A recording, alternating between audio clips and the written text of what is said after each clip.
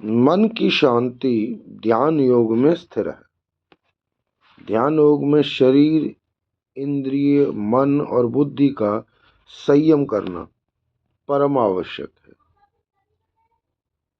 इन सबको आत्म तत्व के नाम से भी जाना जाता है। भगवान श्री कृष्ण ने निश्चयात्मक रूप से कहे गए वचनों का गूढ़ अर्थ यह है कि कर्म का त्याग या कर्म से संन्यास बाह्य सांसारिक कार्यों से कम ही संबंधित है। प्रमुखतः मनुष्य के मन और बुद्धि की वृत्ति को भी व्यक्त करता है। मानसिक रूप से जितने भी सर्व संकल्पों का त्याग करने वाला मनुष्य योगी होता है, यथार्थ में कर्म योग अथवा औचित्यपूर्ण कर्तव्य कर्म करना, जिसमें कर्म फल की तीव्र लालसा और फलेच्छा की उद्विग्नता न हो, चिंता न हो, वही वास्तविक संपूर्ण त्याग या संन्यास है।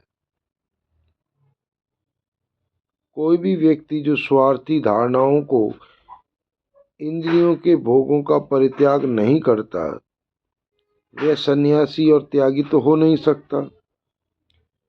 तो कर्म ही योग के प्रथम आगमन को प्राप्त करने का साधन है। उसके पश्चात योग से उत्पन्न एकाग्रता आगे का मार्ग आलोकित करती है। ऐसा स्थिर आत्मा की अनुभूति पा जाने का वाहन बन जाता है। मनुष्य अपनी उन्नति या अधोगति उत्पन्न करने वाली परिस्थितियों के संचालन हेतु कर्म करने के लिए स्वतंत्र है, लेकिन प्रत्येक मनुष्य को अपने कर्मों का पूर्ण उत्तरदायित्व भी स्वयं ही लेना होगा। इस प्रक्रिया में यदि हम अपनी स्वार्थपूर्ण इच्छाओं को त्याग दें और अपने विचारों के प्रवाह को न्यायोचित दिशा निर्देश दें, तो हमारा अहम जो है वह भी हमारा सहायक बन जाएगा, मित्रवत हो जाएगा। अन्यथा वह शत्रु के समान कार्य करता है। इसका अर्थ यह भी है कि हम अपने द्वारा संसार समुद्र से अपना उद्धार करें, अपने आप को अधोगति में न डालें, क्योंकि मनुष्य आप ही तो अपना मित्र है और आप ही अपना शत्रु। तो इसके अतिरिक्त जीवन की संभावित घटनाओं में द्वंद्व, जैसे शरीर के स्तर पर आराम और कष्ट, मन के धरातल पर जीवन और मृत्यु, बुद्धि के व्रत में मान और अपमान, तो उस बुद्धिमान पुरुष को व्यथित नहीं करते जिसके अंतःकरण की वृत्तियां भली भांति शांत हैं। मन को वश में करने वाला का फल परमात्मा की प्राप्ति है। और यह दर्शाने के पश्चात श्री कृष्ण उस योगी के लक्षण भी बताते हैं अर्जुन को, जो आत्मा में संयुक्त हो जाता है।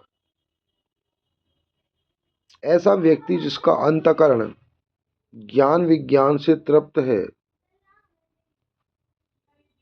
अर्थात वैभव, वर्चस्व और प्रसिद्धि की कामना की इच्छा नहीं होती, जिसकी जो अपनी जीवन के सद्मूल्यों में अटल है, जिसे लोभ नहीं व्याप्त है, और जो सुहृदय, मित्र, वैरी, उदासीन, मध्यस्थ, द्वेष और बंधु गणों में, धर्मात्माओं में और पापियों में भी समान भाव रखता है, वह अत्यंत श्रेष्ठ है। तो ध्यान क्रिया की भूमिका प्रकाशित करते हुए योगी राज श्री कृष्ण अर्जुन से कहते हैं कि योगी को स्थिर मन से अपने विचारों के प्रति सर्वदा चैतन्य रहने का यत्न करता रहना चाहिए। ताकि वह एकाग्रचित होकर अपने मन को परब्रह्म परमात्मा में स्थापित कर सके। जहाँ तक संभव हो एकांतवास में रहे। इंद्रियों सहित मन और तर्क वितर्क को वश में रखने वाला संग्रह रहित योगी आत्मा को निरंतर परमात्मा में लगावे और योगी को किसी भी स्थिति में लालायित होकर उत्सुक नहीं होना चाहिए। शांति हमारे अंतःकरण में प्रवास करती है, बाहरी जगत में नहीं। तो ध्यान योग के अभ्यास में रत योगी को अपने शरीर, मन, बुद्धि और अहंकार के परिक्षेत्र से बाहरी संसार में प्रवेश करते हुए उद्दीपन और कलुषित प्रेरणाओं को बाहर ही रोक देना चाहिए। इस प्रकार उसका चित्त अविचल अचंचल हो जाएगा, जिसमें व्यग्रता की कोई भी लहर न उठेगी।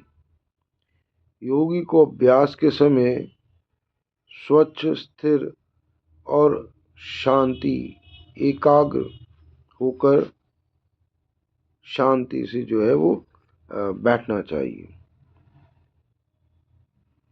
उसे किसी भी मन के स्तर पर, बुद्धि के स्तर पर, शरीर के स्तर पर भी उसे किसी भी तरह से दंभ का भाव नहीं होना चाहिए, अहंकार का भाव नहीं होना चाहिए, अहम का भाव न होना चाहिए। ऐसी स्थिति जब होगी तो जरूरी तौर पर जो योगी है उसका मन जो है वो एकाग्रचित होगा, शांत होगा, निर्मल होगा। और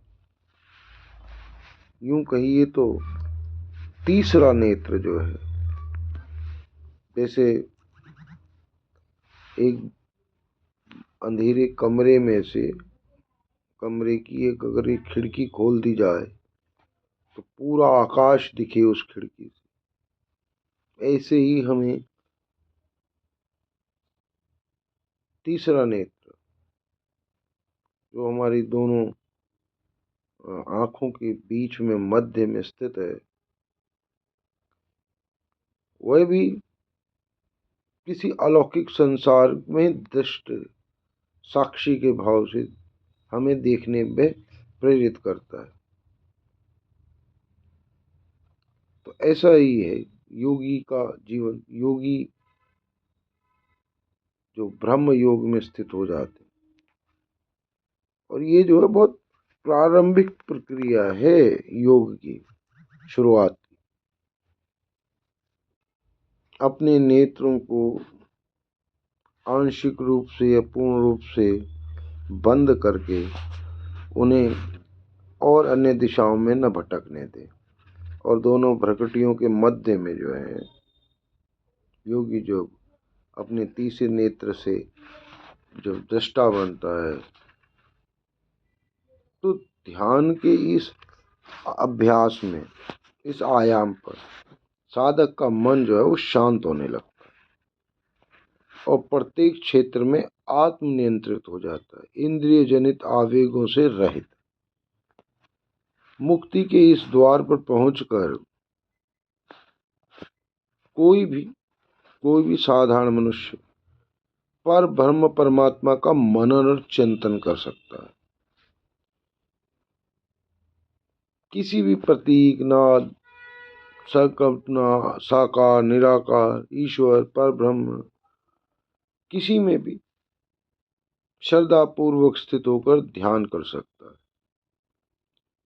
और इस प्रकार जो भी मनुष्य जो है वो समचित संतुलित होगा, वो परम शांति में प्रवेश भी पाएगा। यही परमात्मा का नियम है और यही ब्रह्म के निर्मल स्थिर ऊर्जावस्था है। श्री कृष्ण कहते हैं यह योग न तो बहुत खाने वाले और न ही बिल्कुल न खाने वाला और बहुत शयन करने वाला, न सदा जागने वाला, ऐसे कोई आवश्यक नहीं। ये चित्त की स्थितियां हैं। इसका अर्थ यह है कि एक संतुलित, नियमबद्ध, संयमी, मध्य मार्गी जीवन शैली जो होती है वो साधारण मनुष्य भी अपने जीवन में ले आए तो जो चित्त है उसमें परमात्मा भली भांति स्थित हो जाते हैं और उस स्थिति में संपूर्ण भोगों से पुरुष योगा युक्त होता है। साधक को तमाम तरह से अनुभूत ज्ञान जो सारे ज्ञान से परे है, सभी से श्रेष्ठ है, यह अनुभव और अद्वितीय जिसका वर्णन भी नहीं किया जा सकता, जहाँ विचार निःशब्द होते हैं, परमात्मा हमारी आत्मा को दिव्य प्रकाश से भर देता है। हमें सर्वोत्तम उपलब्धि प्राप्त होती है। तो उस परमात्मा तत्व तक पहुँचने के बाद सांसारिक कलेश मिट जाते हैं। बड़े से बड़ा दुख भी हमें विचलित नहीं करता। योगाभ्यास जो है लगातार धैर्य और उत्साहपूर्वक युक्त होकर चित्त में निश्चय पूर्वक करना ही श्रेष्ठ है। तो इस प्रकार की कामनाओं में मन द्वारा इंद्रियों को सभी भांति भली भांति रोककर क्रम से निरंतर आत्मा को परमात्मा में लगाता हो योगी सुख पूर्वक पर ब्रह्म परमात्मा की प्राप्ति रूप करता है और अनंत आनंद का अनुभव भी करता है। और हम सभी जो है आज के वर्तमान जीवन में जो हमारे लिए अति आवश्यक है वो यही है कि हम एकाग्रचित हों, अपने चित्त में शांति द्वारा जो है वो तमाम तरह की कार्य करते हुए कर्म करते हुए अनासक्ति के भाव से, तो निश्चित तौर पर वह योग है, यज्ञ है और परम शांति का मार्ग है। और परम सत्ता जो है उसके साथ में एकात्मकता जो है वह मिलती है। ब्रह्मांड के सारे तत्व एकाकार हो जाते हैं। अस्तित्व के सभी आयामों में उसी ब्रह्म के दर्शन मिलते हैं। जहाँ तक संसार में रहकर सारे कर्तव्य कर्म करते हुए ऐसा मनुष्य सभी जीवों और परमात्माओं का वास जानकर उसकी प्रार्थनाएं करता है। ये सारी घटनाओं या परिस्थितियां चाहे वे कितनी भी कष्टप्रद और सुखदायी हो, अविचलित संतुलित और स्थिर मन जो है वो हमारा बना रहता है। भगवान श्री कृष्ण के इस ज्ञान को सुनकर अर्जुन का मन भी तमाम तरह से शांत होता है। यही श्री कृष्ण की धर्म के बारे में जो जानकारी है, जो विज्ञान है, जो कर्तव्य ही धर्म है, धर्म का निर्वाह ही कर्तव्य है, तो यही बात अर्जुन को बताई और अर्जुन जो है वो तमाम तरह से शांत हुए, चित्त शांत हुआ, उनका एकाग्र हुआ। तो आज के जीवन में भी जब हम रण क्षेत्र में इस पूरे संसार के अंदर जितनी भी विषमताएं हैं वह सब ऐसा ही है जैसे कि युद्ध के मैदान में हम लोग संघर्षरत हैं। तो ऐसे में अगर हमें उससे निजात पानी है, मुक्ति पानी है, तो हमें अपने आप को एकाग्र करना पड़ेगा, चित्त शांत करना पड़ेगा और परम योगी की तरह से जीवन का निर्वाह करना पड़ेगा। तो आज हम यहीं विश्राम लेते हैं। आपकी जय हो, सदा सदा ही जय हो।